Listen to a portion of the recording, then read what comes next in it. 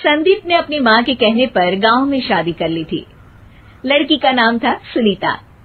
माँ का कहना था एकदम मॉडर्न बहू नहीं होनी चाहिए, लेकिन उन्हें नहीं पता था कि गांव से आने वाली बहू सुंदर सुशील तो होगी और उसको गांव से बाहर भी निकाल लाएंगे, लेकिन उसके अंदर का गांव कैसे बाहर निकलेगा।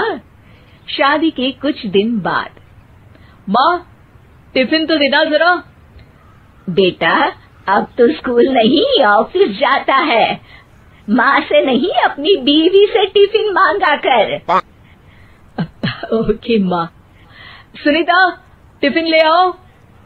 एक किलो टिफिन, इसके अंदर पिस्ता डाल दिया है। पिस्ता? पिस्ता क्यों? सास जी ने बोला था ना कि आपको पिस्ता बहुत पसंद है।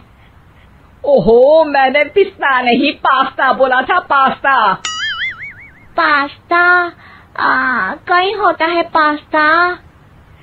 अरे बेटी तू रहने दे, मैं बना दूंगी। अच्छा किया कि पाव भाजी बनाने का नहीं बोला, वरना किसी के पाव बना देती है। सुनीता को बुरा लगता है, लेकिन उसकी नादान हरकतें कम नहीं होती।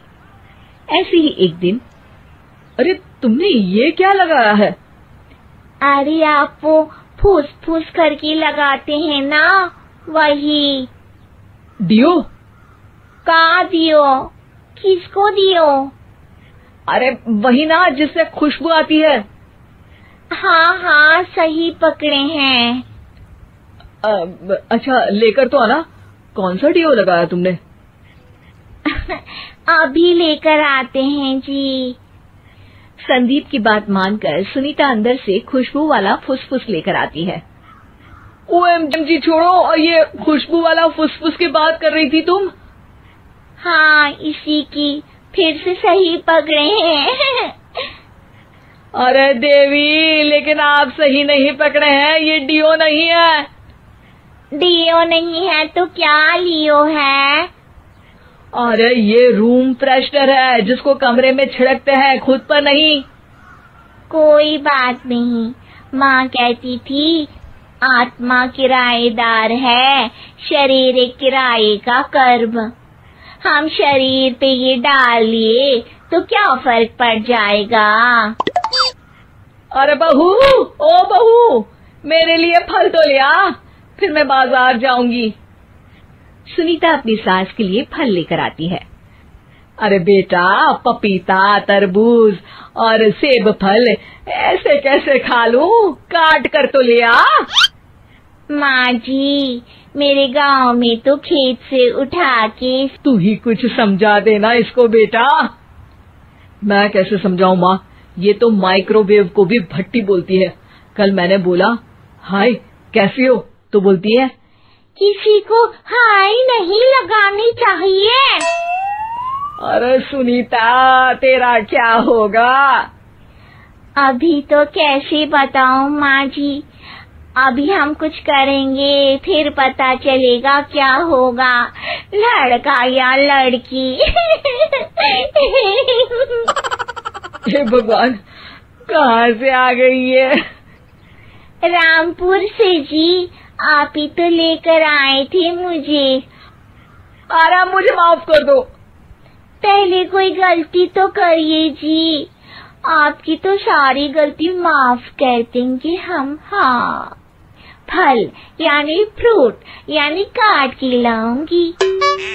सुनीता रोज ही कोई ऐसी हरकत कर देती जिसकी वजह से उसे घर में दो बातें सुननी पड़ती। एक दिन, माँ मेरे बॉस घर पर आने वाले हैं शाम को, उनका बर्थडे है, फैमिली साथ नहीं रहती उनके, तो यही पार्टी कर लेंगे। उनको अच्छा लगा तो शायद मेरा प्रमोशन भी हो जाएगा। मैं ना फ्रूट केक लाकर फ्रिज में रख दूंगी और तेरे साथ आज खाना मैं बनाऊंगी, ताकि जब साहब आए तो खाने में कोई गड़बड़ ना हो। शाम को जब सारी तैयारियां हो जाती है, संदीप के साथ बड़े साहब भी घर आते हैं। फ्रूट केक तो ले आना बहू, फिर खाना खाएंगे। और इस सब की क्या जरूरत थी, आपने बुलाया वही काफी है। सर, आपका परिवार शहर में नहीं है तो हम ही आपके परिवार जैसे हैं सर। इतने में ही सुनीता फ्रूट केक लेकर आती है और बड़े साहब की टेबल पर रख देती है और जैसे ही केक के ऊपर का बॉक्स हटाती है, ओह, ये क्या है? केक तो कटा हुआ है। मैं तो ऐसा नहीं लाई थी। आप मुझे शाबाशी दे सकती है माँ जी, मैंने ही केक काट दिया। आपने कहा था ना, फल यानी फ्रूट यानी हमेशा काट के लाना, तो फ्रूट केक भी तो फ्रूट ही है ना, तो मैंने पहले ही काट लिया। हूँ ना मैं समझदार। अरे बहू, ये क्या किया? केक हमेशा वही काटता है जिसका जन्मदिन होता है। तुझे एक बात भी समझ नहीं आती, एक नंबर की बेवकूफ है। पूरा माहौल बिगड़ चुका था। संदीप को लगने लगा था कि अरे कोई बात नहीं, ये इनकी बेवकूफी नहीं है, इनका भोलापन है। बेटा, आप कहाँ से हो? रामपुर गांव से। अरे वाह, गांव से? फिर तो आपके गांव में ताजे फल और सब्जियां मिलते होंगे। हाँ, सही पकड़े हैं। हम तो काटते भी नहीं, सीधा खा लेते हैं। मैं ना एक बार तुम्हारे गांव घूमने जरूर चलूंगा। क्यों संदीप, ले चलोगे ना? मुझे गांव घूमना बहुत पसंद है। बस फिर क्या था, संदीप और सास दोनों खुश हो गए क्योंकि साहब को सुनीता ने गांव की बात करके खुश कर दिया था। अब संदीप का प्रमोशन पक्का था। शिक्षा, कभी भी किसी भी गलती पर घबराना नहीं चाहिए। हो सकता है कि उस गलती की वजह से आगे बड़ा फायदा हो जाए।